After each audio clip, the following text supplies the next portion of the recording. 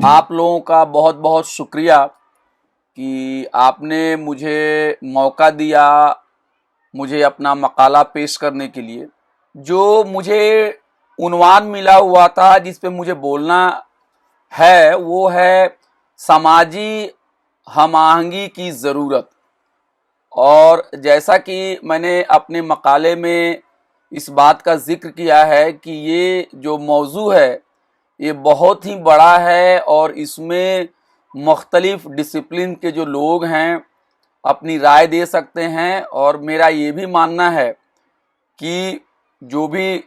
समाजी उलूम के जो भी दानिश्वर हों, जो अदब के जो स्कॉलर्स हों, उन सब लोगों को मिल के, जो पॉलिटिकल साइंस के जो लोग हैं, जो एक्टिविस्ट हैं,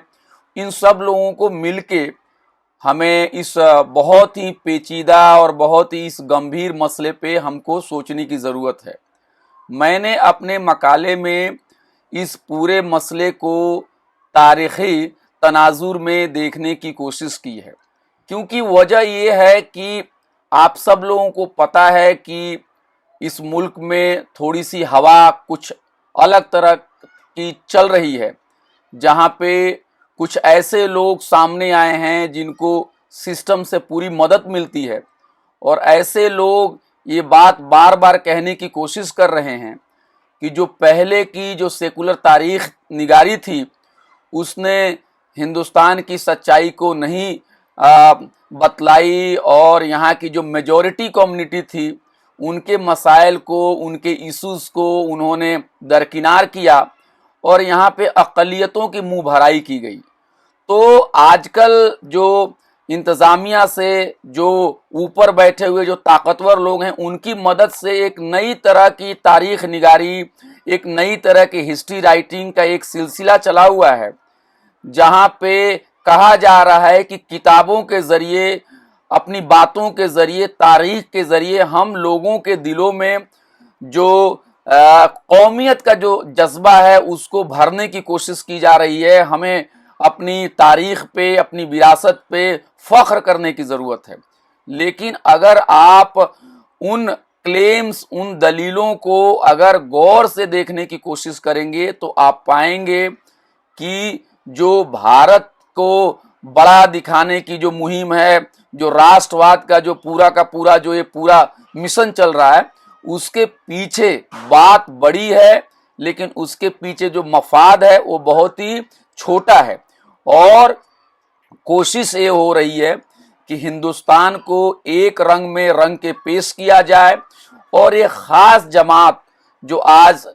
इक़्तिदार में बैठी हुई है उनकी बातों से जो लोग एग्री नहीं करते हैं, इत्तेफाक नहीं रखते हैं, उन सारी बातों को डिलीट कर दी जाए, उनको हटा दिया जाए किताबों से, उनको बिल्कुल उनको सारे मवाद को ख़त्म कर दिया जाए। आप सब लोगों को पता है कि जो दरसी किताबें हैं, एनसीईआरटी की किताबें हैं, उसमें भी बहुत सारे बदलाव हो चुके हैं, बहुत सारे कंटेंट को वहाँ से हटाया जा चुका है, और खबर ये भी आ रही है कि नई किताब लिखने की भी पूरी कोशिश है, और जो ये नई किताब आएगी वो हिस्ट्री को मस्ख़ करेगी, हिस्ट्री को बहुत ही गलत तरीके से पेश करेगी। और मैं एक स्कॉलर, एक स्टूडेंट और एक एक्टिविस्ट के नाते मैं जब इस सवाल को देखता हूँ तो मैं पूरे यकीन के साथ कह सकता हूँ कि जो बात आज शुरू की जा रही है इसको हमारे हिस्टोरियंस ने, हमारे मौरिख ने बहुत पहले ही हल कर दिया था। हाल के दिनों में मैं बेनी प्रसाद, एक बहुत पुराने हिस्टोरियन हैं, इलाहाबाद यूनिवर्सिटी में डिपार्टमेंट ऑफ पॉलिटिकल साइंस के वो सदर थे पहले,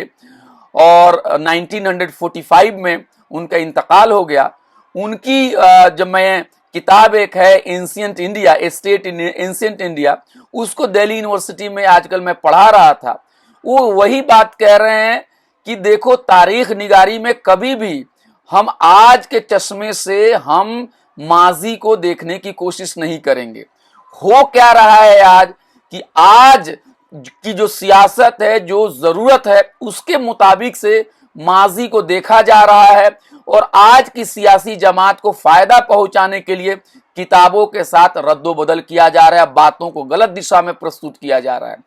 और वही बेनी प्रसाद ये भी कह रहे हैं کہ हिंदुस्तान इतना बड़ा मुल्क है, यहाँ पे इतनी डाइवर्सिटी है, यहाँ पे इतने सारे जबान लोग बोलते हैं, इतने यहाँ पे अलग अलग पेचीदगियां हैं, तो कोई भी एक सपाट हिस्ट्री को पेश करना, कोई भी एक कहते हैं उसको बिल्कुल इजी जनरलाइजेशन करना खतरे से खाली नहीं है। अभी आप लोगों से बात करने से पहले मैं गांधी जी को भी पढ़ रहा था, हिंद स्वराज को अगर आप पढ़िए, गांधी जी की किताब 1909 में, ये छोटी सी एक पतली सी किताब है हिंद स्वराज, उसको अगर आप पढ़ेंगे तो वहां पर भी गांधी जी यही कह रहे हैं कि हिंदुस्तान में अंग्रेजों का दौर इसलिए नहीं हुआ कि अंग्रेज कोई ताकतवर थे और अंग्रेजों ने अपनी ताकत को तलवार के जरिए यहाँ पे हम पे नाफिज किया, हम पे थोपा। वो कह रहे हैं कि जब हम आपस में ही लड़ रहे थे, जब एक भाई दूसरे भाई की गर्दन पे छुरी लेके बैठा हुआ था, तो फिर तीसरा जो है उसमें फायदा उठाएगा ही उठाएगा। गांधी जी अपनी इस किताब में बार बार कह रहे हैं, हिंदू मुसलमान एकता की बात कर रहे हैं, और वो कह रहे हैं कि मजहब अलग अलग होने की वजह से लोग अलग अलग नहीं होते हैं, लोगों के अलग अलग धर्म होने की वजह से हमारी जो कौमी पहचान है वो नहीं बदल जाती है। और उन्होंने कहा कि हिंदू और मुसलमान की जो एकता है वो बहुत ही अहम है। इसलिए मैं अपनी बात को इख्तिताम देने से पहले मैं यही कहना चाहूंगा कि इस मुल्क को अगर बचा के चलना है, इस मुल्क को मजबूत करना है, इस मुल्क को और आगे बढ़ाना है, तो हम लोगों को सही बात बच्चों को बतानी पड़ेगी। और समाजी हम आहंगी की जो चीजें हैं वो हमारे जो लीडर्स हैं, हमारे जो अकाबरीन हैं, हमारे जो फिलासफर हैं, उन सब लोगों ने यही बात कही है। लेकिन आजकल एक नया रस्म रिवाज चला हुआ है जहां पे पानी में लाठी मारने की कोशिश की जा रही है, सियासी मफाद के लिए समाज में तनाव और कशीदगी फैलाने के लिए बहुत सारे लोग उसमें